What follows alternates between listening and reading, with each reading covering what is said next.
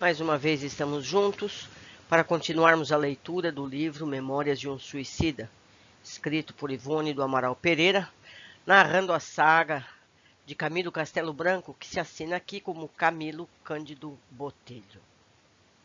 Hoje vamos ver o capítulo 8, Novos Rumos. Não se turbe o vosso coração, crede em Deus, crede também em mim. Há muitas moradas na casa de meu Pai. Quem disse isso foi Jesus, o Cristo, e está no Novo Testamento, em João 14, 1, 2 e 3. Havia cerca de 2 meses que findara nosso estágio nas camadas terrenas. Regressáramos ao Instituto Maria de Nazaré e novamente nos instaláramos no pavilhão anexo ao hospital, onde residíamos desde quando recebêramos alta. Não lográramos ainda, porém, avistar-nos com o irmão Teócrito, a fim de conhecermos sua opinião relativamente ao modo pelo qual nos conduzíramos em liberdade. O que mais nos preocupava era a opinião de Teócrito, as deliberações da direção-geral sobre o nosso futuro. Para onde iríamos? Que seria de nós, uma vez ausentados de Teócrito, de Roberto, Carlos, Joel, daquela elite acolhedora dos departamentos hospitalares?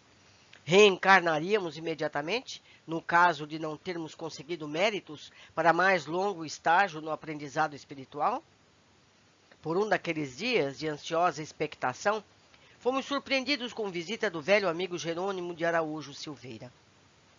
Chegara ao pavilhão indiano pela manhã, acompanhado do assistente Ambrósio, a cuja bondade tanto devia.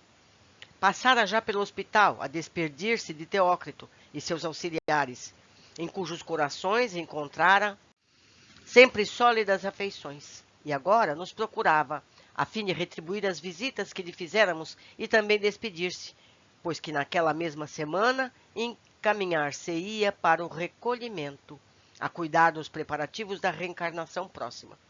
Via-se a amargura timbrar-lhe as feições, num aspecto de acabrunhamento iniludível. Jerônimo não fora jamais resignado.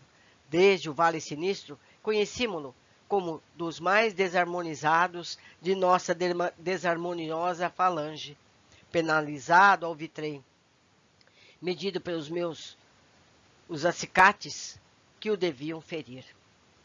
Por que não retardas um pouco mais a volta ao teatro dos infortúnios que te pungiram, amigo Silveira?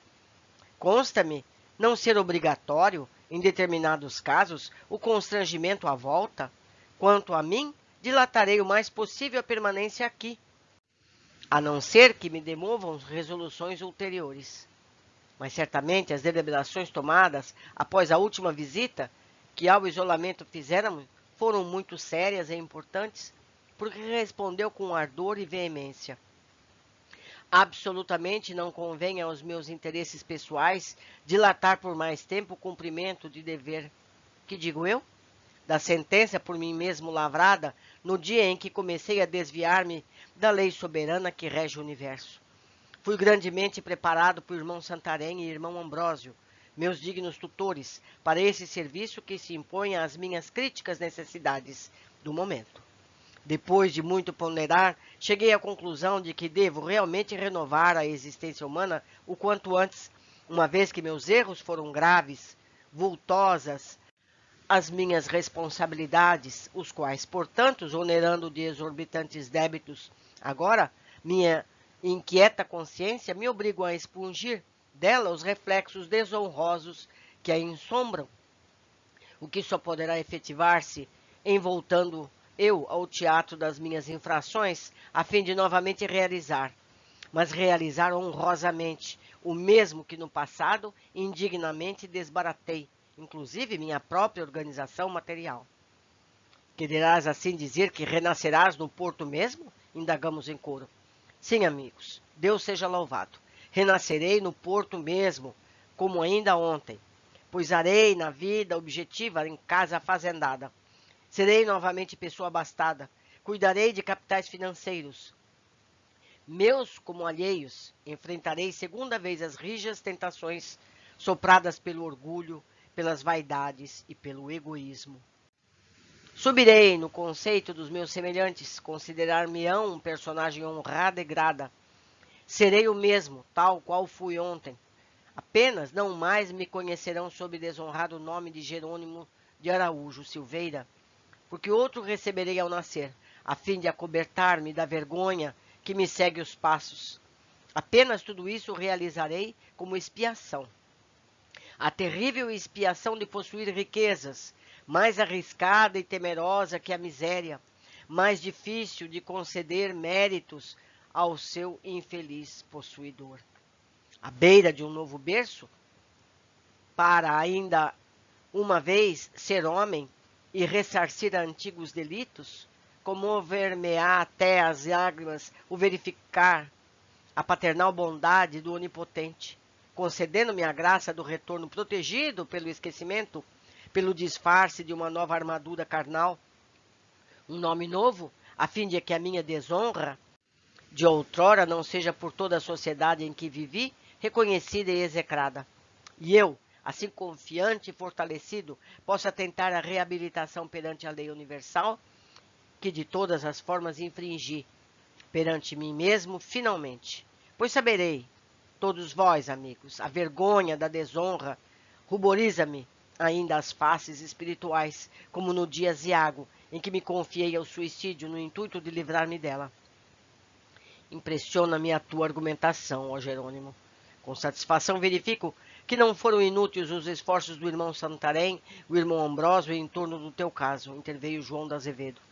Sim, acudi comovido e preocupado em esmiuçar notícias para os apontamentos de minhas projetadas memórias. Observo que modificações sérias realizaram o milagroso efeito em teu modo de ponderar. Porém, de que família renascerás, ó Silveira? Ainda por lá nos recordamos de várias famílias abastadas. Ainda que soubesse, não vou poderia revelar, meu caro senhor Botelho. Fui informado por meus tutores de que tão sutil realização verifica-se no santuário de sigilos indevassáveis, por não permitir à lei magnânima quaisquer indiscrições que venham perturbar o bom andamento da evolução a confirmar-se. Segundo explicações de irmão Ambrósio, saberemos, quando muito, apenas no local onde imigraremos, até que nos internemos no recolhimento onde, então, tudo se delineará para nós. Todavia, assisti a certa entrevista de 2 reencarnantes do manicômio com seus futuros pais, e tenho ouvido dizer a alguns vigilantes nossos que muitos pormenores poderão ser fornecidos sobre o assunto, até mesmo aos homens. Retruquei agastado, recordando a visita feita ao posto de emergência da colônia com a expedição do Departamento de Reencarnação. Foi o irmão Ambrósio que interveio corroborando com autoridade as assertivas ouvidas ao já agora futuro capitalista do Porto. Sim, para estudo coletivo ou esclarecimentos pessoais que produzam efeitos salutares e também como prêmio à sinceridade das intenções e ao devotamento ao trabalho, serão permitidas certas revelações em torno do melindroso acontecimento, até mesmo aos leigos. Os homens, principalmente, têm sido facultadas muitas indicações a respeito, a fim de que lhes sirvam de incentivo ao progresso e mesmo de conforto durante as asperidades das reparações. Para a satisfação de mera curiosidade, porém, quer entre nós ou entre os humanos, nada será concedido de positivo. O reencarnante será esclarecido ao internar-se no recolhimento, do que lhe disser respeito, do que lhe seja útil e necessário. Referis ao acontecimento do posto de emergência? Mas quem são aquelas personagens? Seus nomes? Suas residências? Uma ilha existente sob a bandeira portuguesa apenas? Certa localidade do imenso Nordeste brasileiro? Convenhamos, meu amigo, que o sacrossanto segredo não foi revelado, não é verdade? Baixei a fronte, desarmado, enquanto Belarmino, interessado, voltava-se para o velho amigo Jerônimo. E tens confiança na vitória da reabilitação? Sinceramente tenho, conquanto me sinta compungido à ideia de reproduzir ato por ato, com circunstâncias agravantes, a existência em que fracassei. Creio estar, todavia, preparado para tanto, porque se não estivera, deixaria de receber beneplácidos dos meus mentores maiores para prosseguir num único intento reabilitador que me é dado. Aliás, meu caro senhor professor, absolutamente nada mais lograrei alcançar do plano invisível sem o expurgo triunfal dos meus imensos débitos. Forçoso será compreender que desgracei minha própria família, que lancei nas torrentes dificultosas da miséria outras famílias cujos chefes me emprestaram o concurso dos próprios bens e de labores sagrados, os quais por mim se viram vilipendiados graças à minha insânia de jogador e devasso. Será preciso, outrossim, recordar que lesei a pátria, crime que repugna a qualquer homem honrado, deixando mal ainda funcionários que bondosamente, intentando socorrer-me, por me facultarem prazo de reabilitação, deixavam de agir como lhes era dever, lavrando penhoras, denunciando minha justiça, levantando falência e etc. Todas essas feias coisas pesam na balança de uma consciência acordada pelo arrependimento. Ó Belarmino, pois constitui crime perpetrado sob as inspirações da incúria, da má-fé, da devassidão dos costumes, da inconsequência leviana, do desamor ao bem. Enredei-me de tal forma no sinistro porquê do suicídio que me sinto agora aguilhoado ao pretérito por tão insidiosa cadeia que, a fim de algo realizar nos planos espirituais, deverei voltar ao cenário dos meus deslizes para quebrá-las, refazendo dignamente o que insensatamente andei praticando. Como nenhum de nós ousasse aparteá-lo, o visitante prosseguiu, ao passo que rija tristeza ensombrava nossos corações. Não mais terei filhos junto a mim, deixando de zelar pela família até final. Rejeitando o meio caminho da honrosa incumbência de chefe do Instituto do Lar, pelo céu concedida no intuito de me fazer ascender de méritos, coloquei-me na desgraçada situação de não conseguir oportunidades, nesta próxima existência, de constituir um lar e ser novamente pai. Não obstante, a fim de ressarcir a feia atitude contra Zulmira e meus filhos, prometi a Maria, mãe boníssima do meu Redentor, cuja solicitude maternal reabilitou Margaridinha e Albino, envidar todos os esforços, quando na terra, no sentido de amparar crianças órfãs, levantar de qualquer modo abrigos que agasalhem a infância e tornar-me o zelador dos pobrezinhos como o seria de filhos por mim gerados. Será o meu ideal na existência expiatória a que não tardarei a regressar. Praz aos céus que surpreendas os teus abrigos para a infância desvalida, antes que a ruína financeira te cerceie as possibilidades futuras, amigo Jerônimo. Interrompi eu, surpreendido com a coragem de transparecer das suas asserções. Praz aos céus, amigo, porque antes ou depois da ruína financeira, que me aguarda na expiação terrestre, hei de tornar-me arrimo de muitos órfãos, os vultos chorosos de meus filhos, votados ao desamparo e à desgraça pela minha morte prematura, estão indelevelmente fotografados em minha consciência, a requisitarem de minha parte um resgate à altura, seja à custa de que sacrifício for. Novamente apartiu o irmão Ambrósio, elucidando cautelosamente. Sim, praz aos céus que seja no apogeu das possibilidades monetárias ou no ocaso das mesmas prosperidades, seus pensamentos e suas vontades se não desviam da rota reabilitadora que resolveu palmilhar. No momento, é o nosso penitente animado das melhores intenções. Todavia, dependerá das suas forças de vontade, da permanência nos bons propósitos que agasalha, a vitória das realizações pretendidas. Geralmente, o espírito, uma vez reencarnado, deixa-se embair pelas falaciosas atrações do meio ambiente a que se vê submetido, esquecendo compromissos de honra assumidos na espiritualidade, os quais muito conviria ao próprio que os esquece serem cumpridos à altura da importância que representam. Mas se vontade firme de vencer impulsioná-lo perenemente, sobrepondo-se às influenciações deletérias do mundanismo egoísta, será bem certo que estabelecerá harmoniosa correspondência telepática com seus mentores invisíveis, os quais procurarão impeli-lo para a frente através de inspirações sadias, embora discretas, auxiliando-o segundo a lei da solidariedade estabelecida no intuito de fraternizar o universo inteiro. Suponhamos que Jerônimo venha a descurar-se das promessas feitas ao reencarnar. Que sucederá? Interroguei, apelando ao azedo critério de repórter pessimista. A consciência inquietá-lo-á perenemente, e mais tarde, regressando à espiritualidade, se envergonhará de ter faltado com a palavra, compreendendo, ao demais, a necessidade de cumpri-la em uma nova obrigação terrena.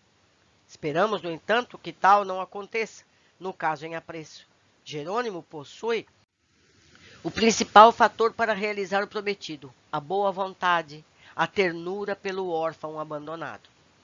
Subitamente, em meio do rápido silêncio que se verificou em seguida, Belarmino, cujos sentimentos delicados o leitor já teve ocasião de apreciar, levantou o olhar interessado para o futuro capitalista do Porto e interrogou afetuosamente: que notícias darás aos amigos da tua Margaridinha? Transportou-se sempre para o Brasil e Albino? Continua na prisão? Sua Majestade interessou-se por ele, realmente? Ah, sim, fez o inconsolável pai suicida, como se houvesse vibrado acordes pungentes nas mais sensíveis cordas do seu coração. Estava mesmo para vos participar alvíceras. Nunca mais pude visitá-los, como sabeis. Mas não mo permitir a situação moral apaixonada, capaz de muitas indiscrições. No entanto, estou seguramente informado de que Margaridinha, em chegando ao Brasil, casou-se com um compatriota, homem honesto e probo, que lhe ofertou afeição leal e um nome honrado. Louvado seja Deus, que bem faz a minha alma o dar-vos essa notícia. Quanto ao Albino, é comerciante, embora modesto, em Lourenço Marques. Corresponde-se assiduamente com seu amigo Fernando, que o tem aconselhado muito honradamente que todos os esforços envidou para favorecer os meios honestos de viver, instruindo-o ainda, ao demais, na ciência dos espíritos, da qual é fiel adepto. Casou-se também há pouco mais de um ano com bonita morena portuguesa africana, e agora é pai de 2 lindas gêmeas recém-nascidas. Tu o vês, de certo, ó Jerônimo, se bem os não visites? Interroguei, partilhando a saudade que transparecia das suas expressões. Sim, amigo Botelho, vejo-o através dos aparelhos do irmão Santarém, e é como se os visse de bem perto e com eles falasse, pois isso me é permitido. Quanto a Zulmira, cúmplice infeliz dos meus desatinos, termina sua desgraça vida amparada pelas 2 filhas mais velhas, as quais não se negaram, mercê a Deus, a socorrê-la quando as procurou. Tentou interceptar a ida de Margarida para o Brasil, sem o conseguir. Pobre Zulmira, amava-a tanto, meu Deus. Fui o responsável por suas quedas. Também a ela devo reparações, que mais tarde proverei com o favor do céu.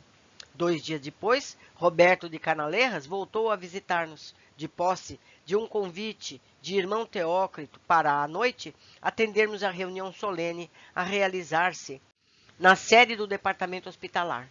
Tratava-se, dizia o moço de Canalerras, de uma cerimônia de despedida, durante a qual seríamos desligados da tutela do departamento e considerados habilitados para os outros carreiros em busca das reparações para os serviços do progresso. Dos bairros anexos aos hospitais, seguiriam antigos tutelados a assistirem a um importante conclave, que a todos profundamente interessava. Como será fácil entrever, a movimentação era intensa. Desde crepúsculo, em que todas as dependências do grande departamento enviavam contingentes de espíritos considerados aptos ou necessitados dos prélios terríveis da renovação carnal expiatória, devido ao crime da maior infração da criatura à face do seu Criador. Pela primeira vez, penetrando a sede do departamento onde Teócrito mantinha os gabinetes de direção e trabalhos, que lhe eram próprios, fomos surpreendidos pela majestosa estruturação interior do mesmo, a qual apresentava, como os demais, o estilo português clássico, de grande beleza e sobriedade de linhas. Ao chegarmos, éramos gentilmente encaminhados à vasta e modelar sala de assembleia, à maneira de câmaras representativas, onde as tribunas dos discursantes seriam ocupadas pelo grande público, isto é, por nós outros, os tutelados, cabendo ao nível dos diretores como em um anfiteatro. Sobrepunha-se ao cenário, não destituído de magnitude, singular palor iluminado, que diria jorrar do exterior, irisando o ambiente de miríficas gradações branco-azuladas. Pouco a pouco encheu-se o recinto. Os lugares reservados às sessões eram rigorosamente separados por linhas divisórias, tornando-se as arquibancadas ou tribunas como grandes camarotes destinados às classes sociais diferentes. Ali, porém, não era social a diferenciação existente, era o tão obstante moral e vibratória, o que quer dizer que os grupos se enchiam cada camarote, harmonizavam-se satisfatoriamente, apresentando grau idêntico na escala das responsabilidades, dos méritos e deméritos. Enquanto conosco assim acontecia, os responsáveis pelas diferentes dependências do grande departamento mantinham-se ao lado do seu diretor, isto é, de Teócrito, a tribuna de honra situada no nível da sala. Assistentes e vigilantes, por sua vez, acompanhavam os internos nas arquibancadas, com esses fraternalmente ombreando, quais modestos espectadores. Assim foi que, entre os primeiros, notamos a presença do padre Anselmo, educador da falange de suicidas obsessores aprisionados na torre, de irmão Miguel de Santarém, o abnegado conselheiro do isolamento, o irmão Jacó, o venerável ancião cujo guia paciente e caridoso da triste falange do manicômio, todos ladeando o diretor do departamento, responsável, por sua vez, pelo Hospital Maria de Nazaré. Ao passo que seus assistentes se mantinham conosco, exceção feita de Romeu e Alceste, que, como iniciados, pertenciam à gradação mais elevada na hierarquia espiritual, não obstante a qualidade de discípulos de Teócrito. De longe, podíamos bem distinguir a claridade argêntea que descia de majestosa cúpula, alguns antigos companheiros, como Jerônimo, cabisbaixo e pensativo, e como Agenor Penalva, o obsessor convertido, sob cuidados de Padre Anselmo e Olivier de Guzmão.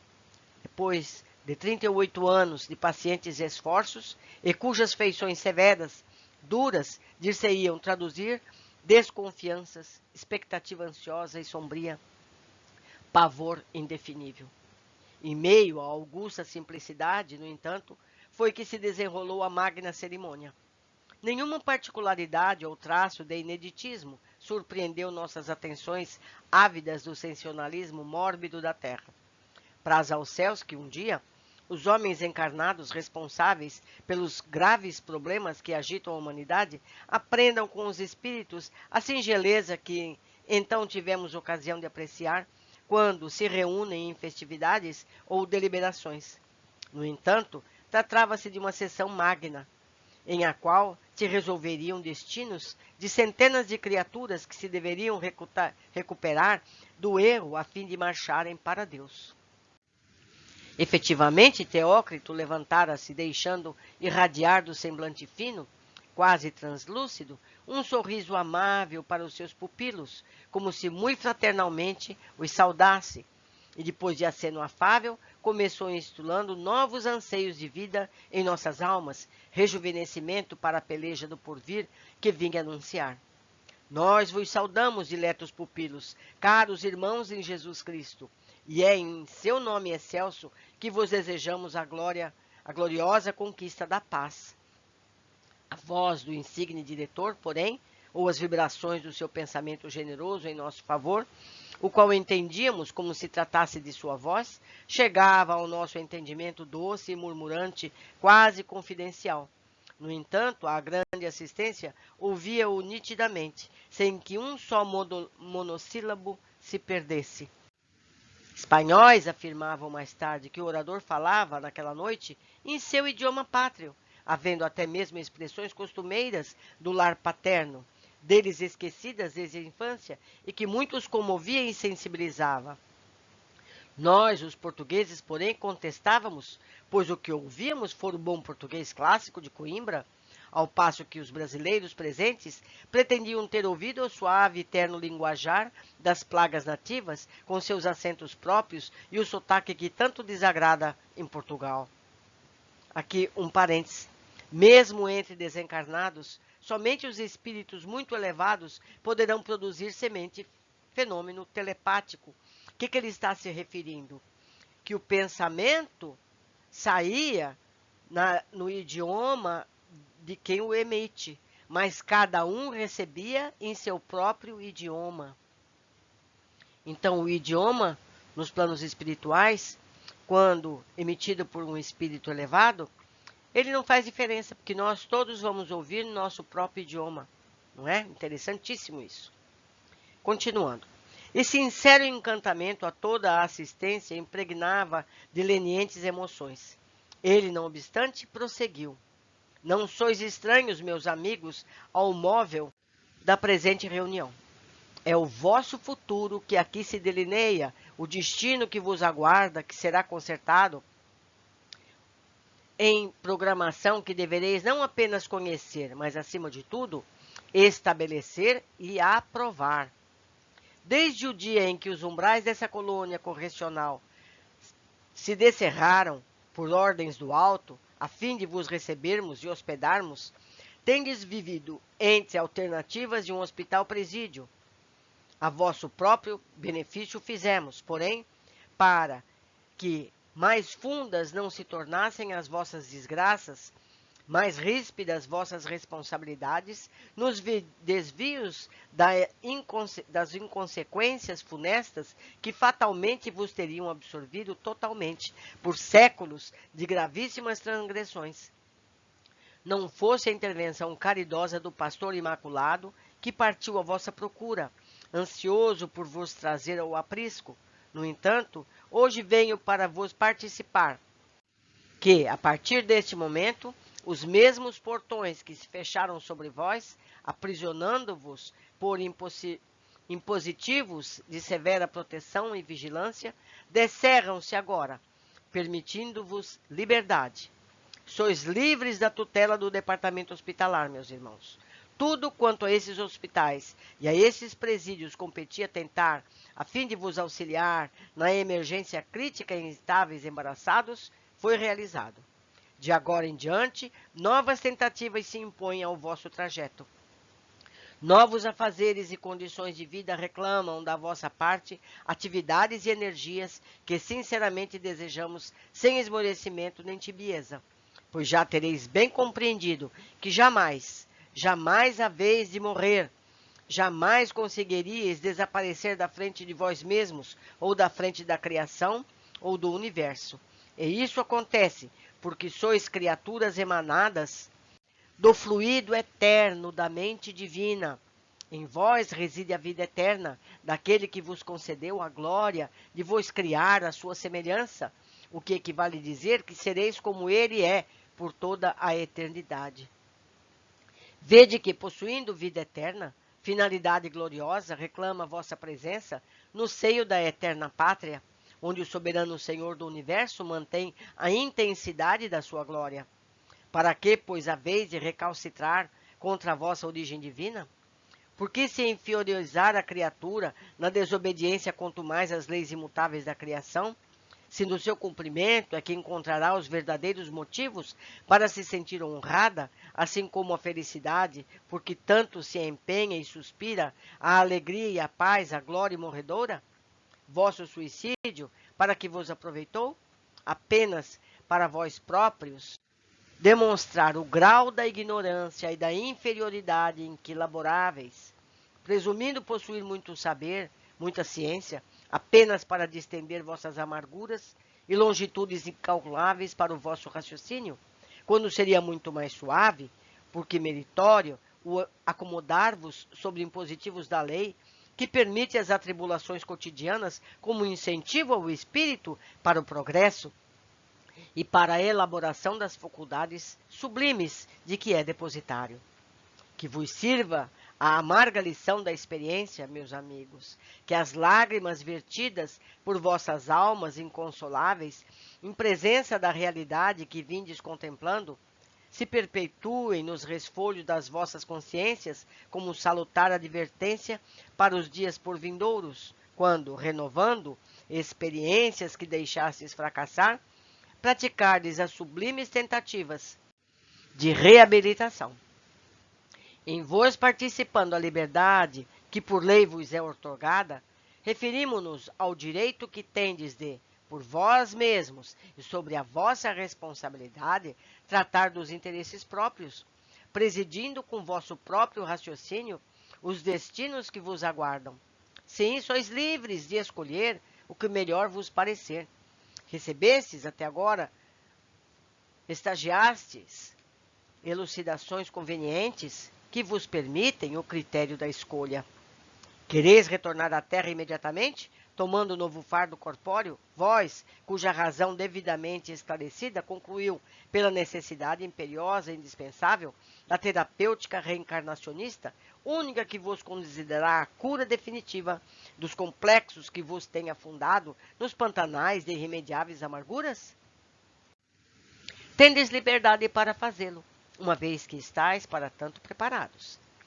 Preferis ficar e cooperar conosco durante algum tempo, dilatando a época do inevitável retorno ao orbe terráqueo, seja aprendendo a servir no corpo de nossa milícia, seja desenvolvendo faculdades de amor no aprendizado fraterno, de catequese, as falanges obsessoras que infestam a terra e o invisível inferior, ou no auxílio prestativo aos nossos hospitais, enfermagem e sua assistência benemérita de caridade, consolo fraternal, vigilância, etc., tendes autorização para escolher.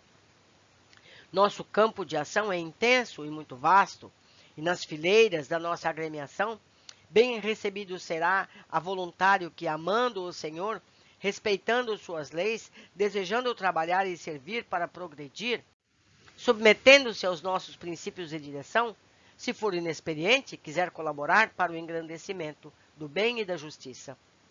Vede Joel, a quem tanto quereis, para que entrou em vossas condições. O amor de Jesus converteu-o em ovelha pacífica. E apesar do muito que ainda terá de experimentar da terra, como resultante do infeliz gesto que preferiu em meio da jornada que convinha vencer, quanto amor aos seus irmãos sofredores sabe ele ofertar? Quantos gestos nobres e meritórios todos os dias distribui entre aqueles que lhe são confiados à vigilância?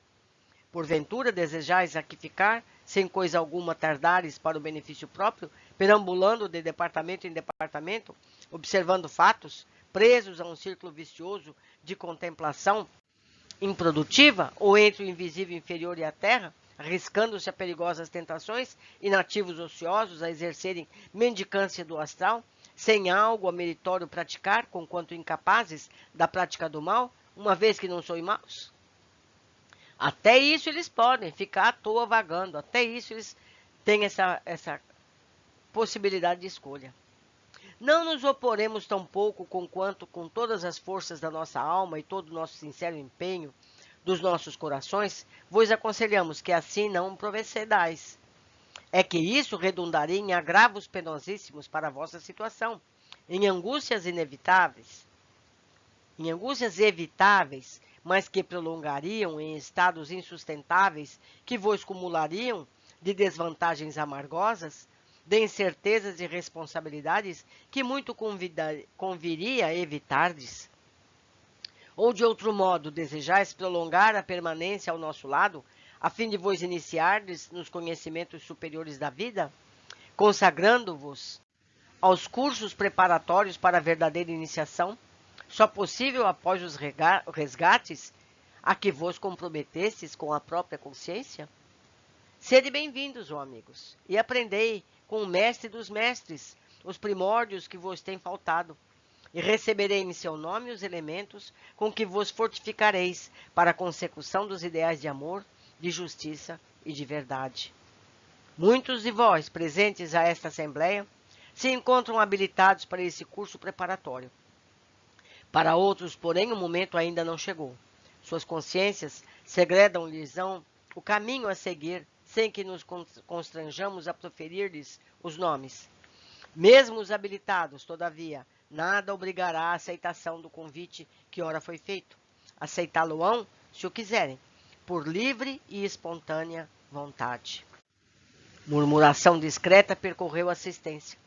Era que admirávamos a caridosa sutileza do método posto em prática, o qual inibia uns e outros de nossa falange de se julgarem favorecidos por qualquer superioridade, uma vez que não podíamos avaliar os ditames das consciências uns dos outros, assim como aboliria a suposição de predileção por parte dos mentores. Teócrito continuou depois de uma pausa. Ser-vos-á concedido prazo de 30 dias para meditardes deliberadamente sobre o que acabais de ouvir. Pois, conquanto estejais há bastante tempo doutrinados e esclarecidos, para tomardes por vós mesmos a decisão que vos convém, a tolerância manda que vos acautelemos, com ainda algum tempo de meditação, em torno das tentativas futuras. Durante esse prazo, diariamente sereis atendidos na sede do departamento, caso desejeis informações e mais esclarecimentos no que vos disser particularmente respeito, e podereis, sem constrangimentos, expandir-vos com aquele que vos aqui receber, porque falará ele em nome do divino pastor, ou seja, Jesus, e ainda porque vos conhecem todas as particularidades e sutilezas, lendo em vossas almas como num livro fácil. Outros sim, sois convidados às reuniões que para vós se realizarão neste mesmo local, nas quais trataremos de tudo quanto, de modo geral, vos possa esclarecer, instruir, reanimar para o futuro a que sereis impelidos pelas vossas afinidades pessoais. Esgotado, porém, o prazo concedido, participareis à diretoria da instituição a que estáis filiados das resoluções tomadas, prontificando-se ela, então, sobre nossas vistas, a encaminhar-vos para o destino que voluntariamente houverdes escolhido.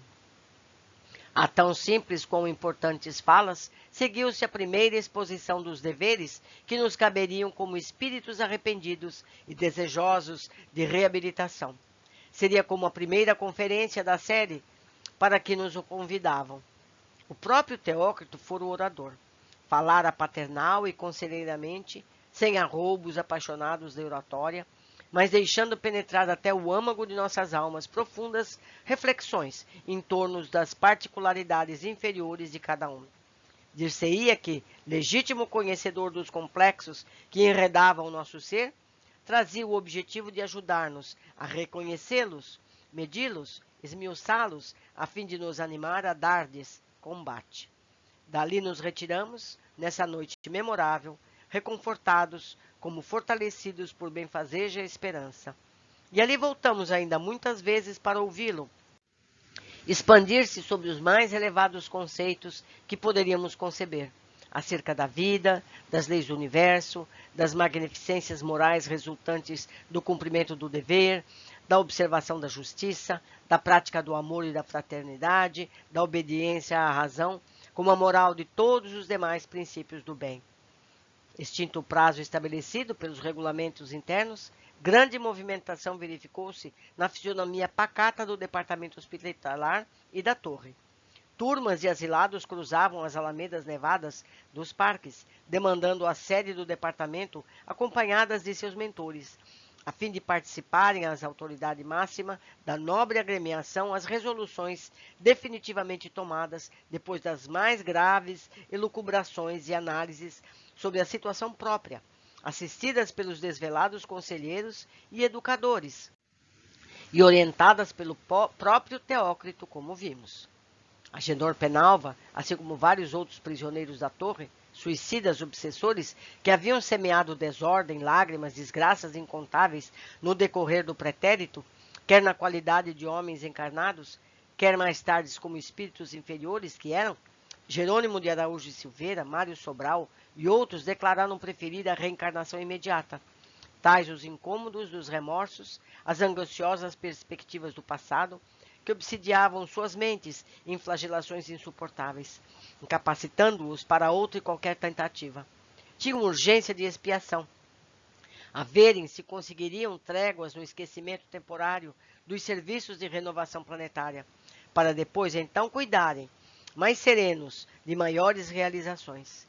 Vários outros se empenharam pelos estágios, nas operosidades da vigilância, onde poderiam algo aprender, para se fortalecerem um pouco mais, pois que tíbios, indecisos, temiam ainda o contato com a carne, desconfiados das próprias fraquezas.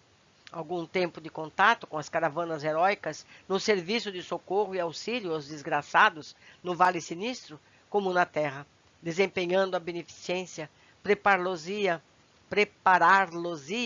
com mais segurança do próprio entender, apontando-lhes caminhos mais amplos na senda da fraternidade. Eu, Belarmino, João de Azevedo e bem assim alguns poucos, que conosco muitos se afinavam, todos do Hospital Maria de Nazaré, atraídos pelos magníficos ensinamentos do preclaro diretor do departamento, durante suas apreciadas exposições, depois de muitas e cuidadosas investigações adentro de nós mesmos, apresentamo-nos à sua presença, declarando que, caso fôssemos merecedores da honrosa mercê de prosseguir nas sendas preparatórias da iniciação, a despeito dos deméritos que sabíamos sobrecarregando nossas consciências, nós o preferiríamos, porquanto nos seduzia a perspectiva do conhecimento que nos deixara entrever. Sede bem-vindos, amigos, foi a resposta. Amanhã mesmo podereis seguir vosso novo destino. Para que tardar mais? Não continuareis, porém, sobre minha dependência. A missão a mim confiada junto de vós foi culminada, uma vez que sereis encaminhados para a frente, sob os cuidados de novos mentores. Unir-se-nos-á, no entanto, para sempre a doce afeição que se estabeleceu em nossos espíritos durante o tempo que aqui passastes. Certos de que logo, no dia imediato, deixaríamos o departamento hospitalar, separando-nos dos generosos amigos que tanto nos consolaram na desgraça, tristeza profunda sobrou-nos o coração. A permanência num hospital, porém, todos nós o sabíamos, é temporária, geralmente curta. Procuramos despedir-nos. Começamos pelo próprio hospital, em que nos era vizinho.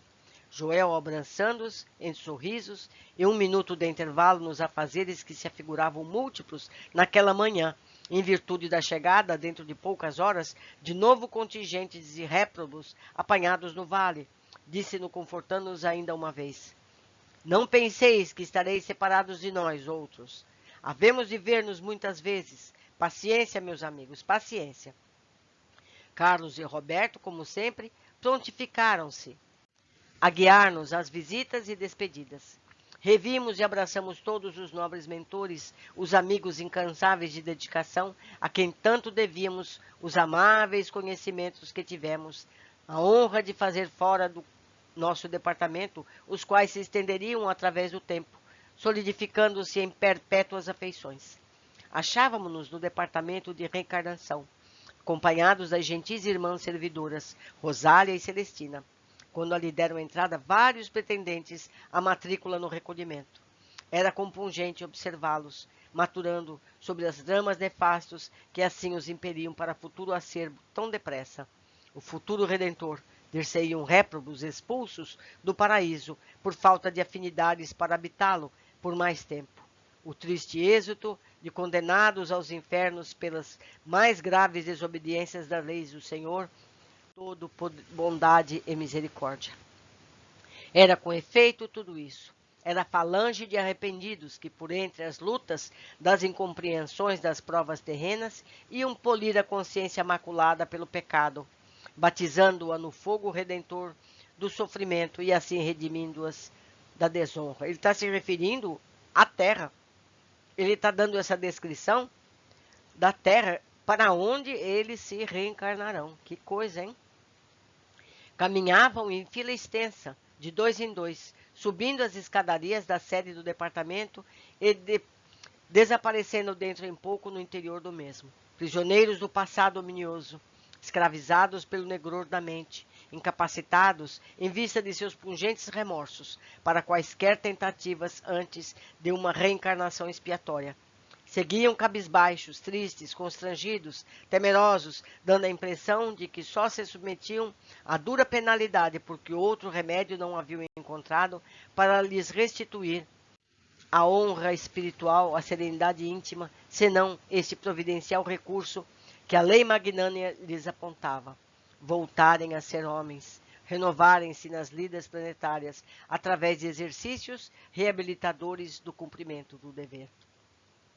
Desoladora sensação de pavor fez estremecer em nossas fibras mais sensíveis ao se deparar o grupo conduzido por irmão João, diretor do manicômio. Incapazes de livremente raciocinar, seguiam para a reencarnação impelidos pela necessidade imperiosa de uma melhoria, de algum progresso.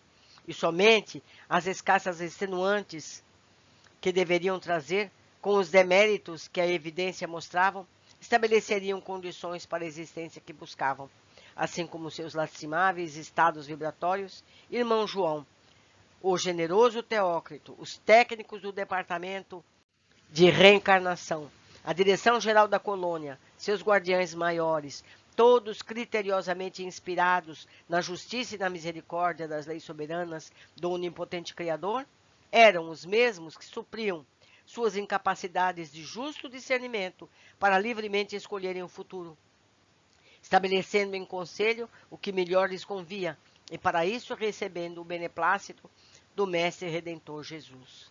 Ou seja, eles seguem para encarnações compulsórias. Eles não vão ter escolha nenhuma, porque eles não têm condições mentais, emocionais para essa escolha. Não contivemos as lágrimas ao avistarmos Jerônimo e Mário, nossos pobres companheiros, e afins desde as sombrias desesperações do Vale Sinistro. O primeiro abatido curvava a cabeça sobre o peito, qual condenado ou submisso no momento supremo. Não nos percebeu à distância, tão absorvido seguia nas ondas aflitivas do pensamento. O segundo, porém, sorridente e valoroso, os cabelos revoltos, como no primeiro dia em que o víramos. O peito, no entanto, destemeroso, erguido, como a desafiar as lutas por vindouras, olhos vivos postos para a frente, qual o sonhador antevendo o ápice honroso de empresa penosamente iniciada entre os sacrifícios exigidos pela razão e as lágrimas vertidas pelo coração, ambos conflagrados por sincero arrependimento, que seria preciso expungir.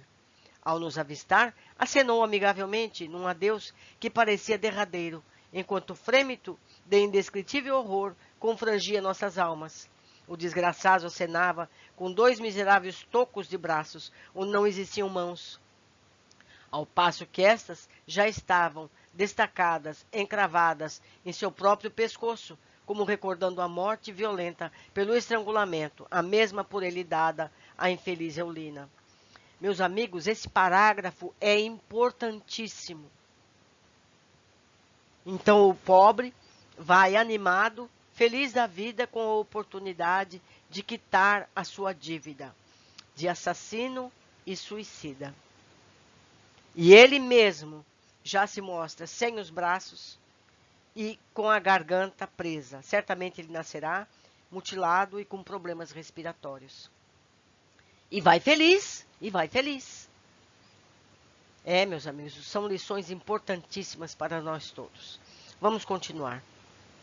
Esse será bem certo que vencerá, profetizou irmã Celestina pensativa.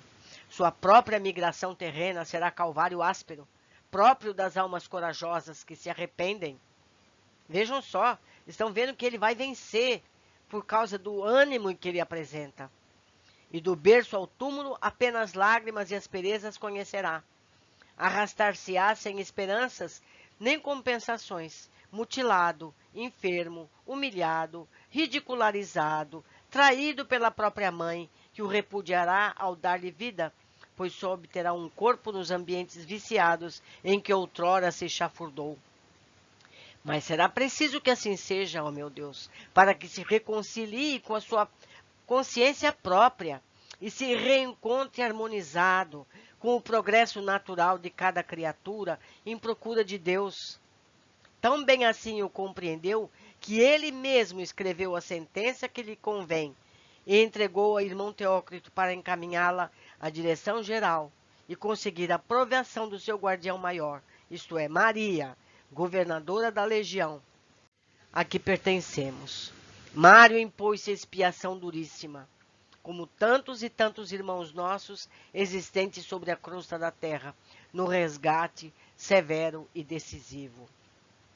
É verdade, meus amigos. Eu conheço várias pessoas que nasceram mutiladas e são felizes, alegres, animadas, trabalhadoras. Esses conseguem vencer o seu passado. Vamos continuar. E ao entardecer do dia seguinte, deixamos o departamento hospitalar, veículo modesto que reconhecemos do tipo usual no interior da colônia. Veio buscar-nos. Silenciosamente comovidos, tomamos o lugar e, confortados, pela presença de Romeu e Alceste, que nos deveriam acompanhar ao novo domicílio. Observávamos que, enquanto deslizava suavemente, as neves melancólicas se adegalçavam, a paisagem se coloria de formosos tons de madrepérola. Flores surgiam em festividades policrômicas à beira das estradas caprichosamente cuidadas, enquanto os primeiros casarios de magnificente metrópole hindu apareciam aos nossos olhos surpreendidos, que julgavam sonhar. Louvado seja Deus! Era, pois, verdade que havíamos progredido. Olhe só, meus amigos, vejam só. Quanta maravilha temos ao nosso dispor. Se eles que erraram tanto, verdade que sofreram até chegar nesse ponto, estão tendo oportunidades maravilhosas, todos estão tendo as oportunidades que escolheram. Então, meus amigos, cada um de nós, que a gente não tenha o absurdo gesto de dizer, eu não pedi isto ou aquilo. Pedimos sim, imploramos. Deixo aqui meu e-mail, ficarei grata. Se fizerem contato, me falando o que acharam desse capítulo, o que poderiam acrescentar, para que eu também possa aprender com vocês. Um grande abraço e até o próximo capítulo.